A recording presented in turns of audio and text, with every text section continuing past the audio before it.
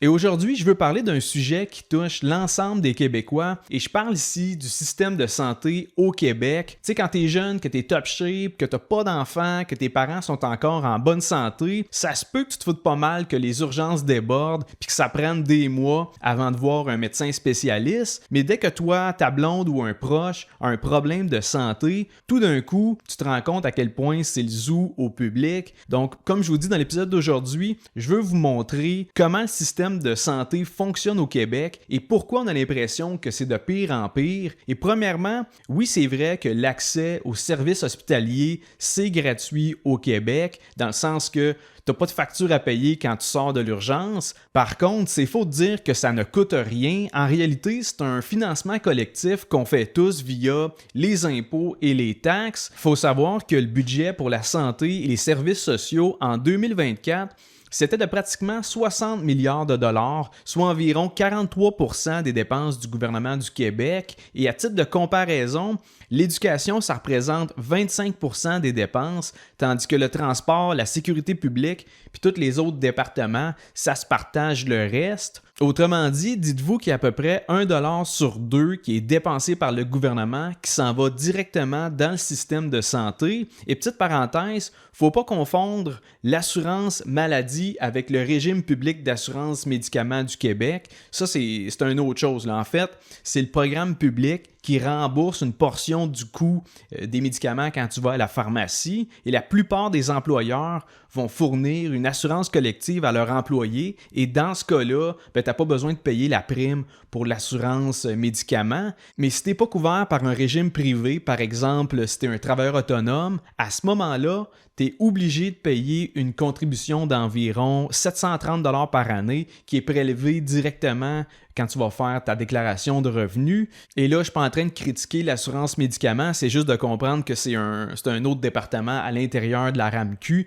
et qu'on paye des primes pour ça si on n'est pas couvert par une assurance privée. Mais bref, avec les milliards de dollars qui s'en vont à chaque année dans le système de santé au Québec, en tant que contribuable, on pourrait s'attendre à un certain niveau de service, mais pour tous ceux qui ont été à l'urgence récemment ou qui attendent de voir un spécialiste ou d'obtenir une date pour une chirurgie, vous avez pu constater qu'on ne gagnera pas la médaille d'or pour les délais de traitement. Et là, je tiens à dire que le personnel dans les milieux hospitaliers, ce monde-là travaille super fort, autant les préposés, les infirmières, les inhalothérapeutes, les médecins.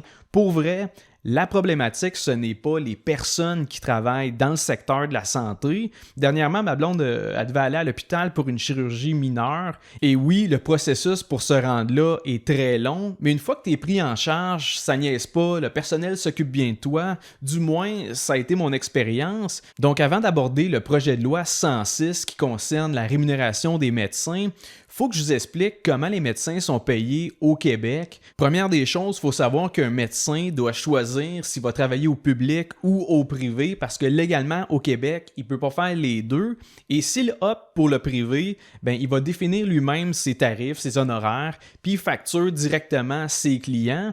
Sinon, pour un médecin qui décide d'aller travailler au public, lui va facturer la RAMQ, qui est la Régie d'assurance maladie du Québec, et à ce moment-là, il facture selon le service rendu. Autrement dit, contrairement à l'infirmière qui est payée à l'heure, le médecin, lui, est payé à l'acte. Par exemple, c'est 43$ pour une consultation en clinique, c'est 494$ pour un accouchement, c'est 645$ pour une césarienne, etc. Donc, il y a des tarifs prédéfinis selon le service rendu et c'est la RAMQ qui verse ces montants-là aux médecins.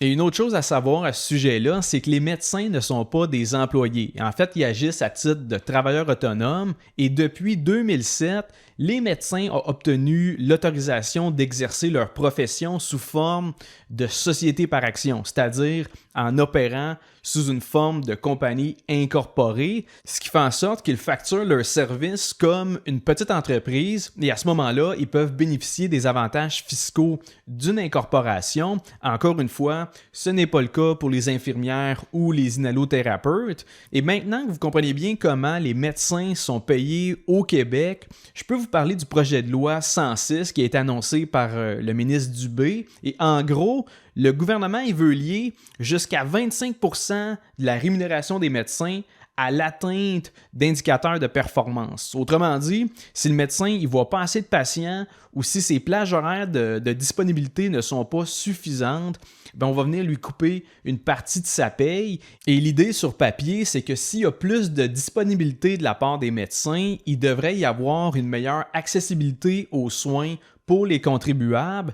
Il faut savoir qu'en date d'aujourd'hui, il y a plus de 1,5 million de Québécois qui n'ont pas encore de médecin de famille attitré, donc c'est à peu près 17% de la population. Mais là, c'est sûr que le projet de loi, il fait pas trop l'affaire des médecins. Puis, en même temps, je peux comprendre, se faire imposer des indicateurs de performance par un gouvernement qui est lui-même déficitaire puis qui vient de se faire décoter par l'agence de crédit Standard & Poor's, c'est un peu ironique. Et c'est pas juste ça. Le sous-entendu du projet de loi, c'est que la raison pour laquelle le système de santé n'est pas efficace, c'est parce que les médecins ne travaillent pas assez. On s'entend, je pense pas que le ministre Dubé va régler l'inefficacité du système de santé québécois avec ce projet de loi-là, mais quand même, si on regarde les données de Radio-Canada, on peut voir que sur 23 millions de rendez-vous avec un médecin de famille, il y a 62% des rendez-vous qui étaient offerts du mardi au jeudi et qu'il y avait seulement 6% des rendez-vous qui étaient offerts de fin de semaine. Donc, c'est pas évident pour le contribuable moyen de réussir à se pogner un rendez-vous médical sans perdre des heures de travail. Mais du côté de la Fédération des médecins omnipraticiens du Québec, on explique un peu ces chiffres-là avec les gardes à l'urgence, la paperasse à remplir, la formation continue à faire et surtout le manque de personnel de soutien.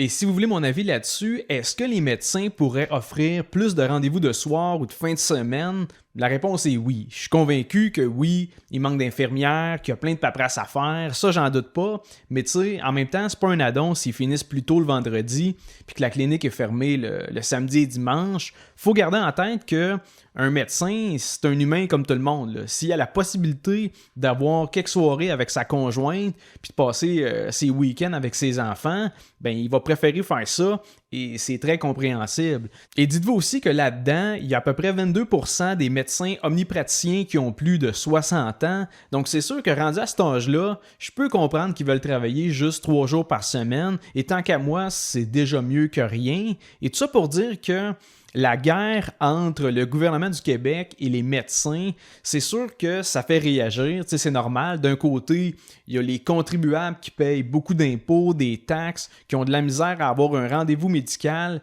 qui attendent des mois pour voir un spécialiste. Et de l'autre bord, il y a des médecins qui font 300-400 000 par année et qui n'acceptent pas qu'une partie de leur paye soit liée à des quotas à atteindre. Et je peux comprendre la frustration de monsieur, madame, tout le monde et l'envie d'essayer de trouver quelqu'un à blâmer, mais dans les faits, l'enjeu n'est pas là. Ce n'est pas la rémunération des médecins le problème, ce n'est pas que les médecins ne veulent pas en faire plus, c'est qu'ils opèrent en fait dans un système qui est tellement rigide, mal organisé, surchargé, que même ceux qui voudraient en faire plus, ils sont limités dans ce qu'ils peuvent offrir. La vraie problématique pour moi, c'est le fait que le gouvernement n'a pas les capacités de gérer tout ça et il n'y a pas les moyens de financer l'ensemble du système de santé. Les établissements de santé sont contraints par les budgets du ministère de la Santé. Donc à ce moment-là, si les fonds sont insuffisants ou s'ils sont mal répartis, on se retrouve avec des problèmes importants.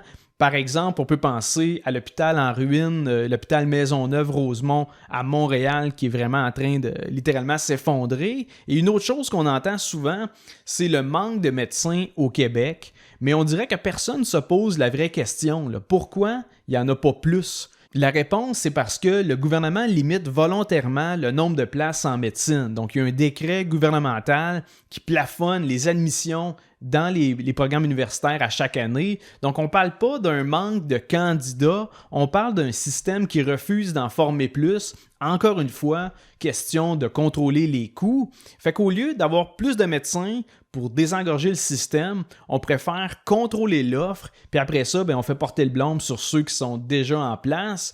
Et le gouvernement se donne souvent le beau rôle, ils disent qu'ils font ça pour protéger les patients, assurer que tout le monde ait accès aux mêmes services. vitesse et à chaque fois que quelqu'un parle d'ajouter une option privée ou de donner plus de liberté aux professionnels, la réponse c'est on veut pas créer un système à deux vitesses. Mais tu sais, entre vous et moi, c'est déjà un système à deux vitesses. Tu as ceux qui attendent 18 heures à l'urgence, puis tu as ceux qui attendent 6 mois pour une chirurgie. Et sans farce, si on veut que ça change, on pourrait commencer par augmenter les cohortes en médecine, faciliter l'intégration de médecins qui ont étudié à l'étranger, la reconnaissance de ces diplômes-là. On devrait aussi permettre plus d'actes médicaux aux autres professionnels de la santé, comme les infirmières cliniciennes ou les pharmaciens. Tu n'as pas besoin de doctorat en médecine pour diagnostiquer une otite, une infection urinaire ou de l'eczéma. Dernièrement, j'ai vu que les pharmacies Jean Coutu et Pharmaprix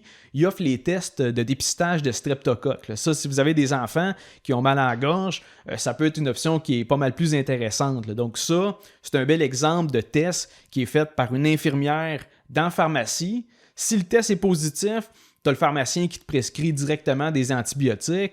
Donc, c'est pas mal moins compliqué que de se pogner un rendez-vous dans une clinique. Sinon, je suis également de l'avis que ce serait pas mauvais d'ouvrir la porte à plus de privés dans le système de santé parce que dans un système où tout repose sur le gouvernement, bien forcément, tu es limité par les finances publiques, les règles, la RAMQ et toutes les couches de bureaucratie. En laissant le secteur privé offrir certains services de première ligne ou des chirurgies mineures, tu pourrais désengorger le public. Tu pourrais permettre à ceux qui veulent payer d'avoir accès à des services plus rapidement et en même temps, ben, tu réduis la pression financière sur le système public. Et là, c'est pas une question de privatiser le secteur de la santé. Je vois plus ça comme quelque chose de complémentaire. Et pour ceux qui pensent que ça mènerait à un système comme aux États-Unis, je vous arrête tout de suite, je parle pas d'abolir le public ou de laisser les gens sans aucune couverture. En fait, je parle plus d'un modèle hybride, comme en France, en Suède ou en Allemagne.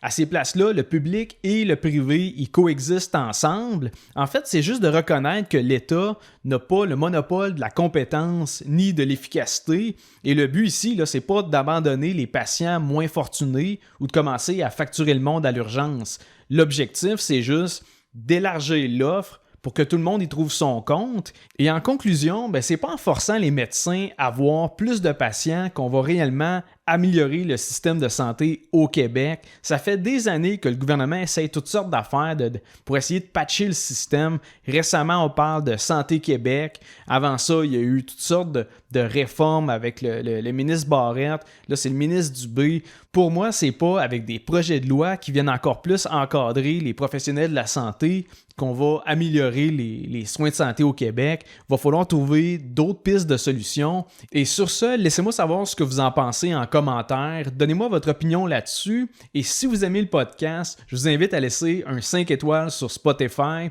ou à vous abonner sur ma chaîne YouTube. Et on se revoit mardi prochain pour un autre épisode de Finance 360.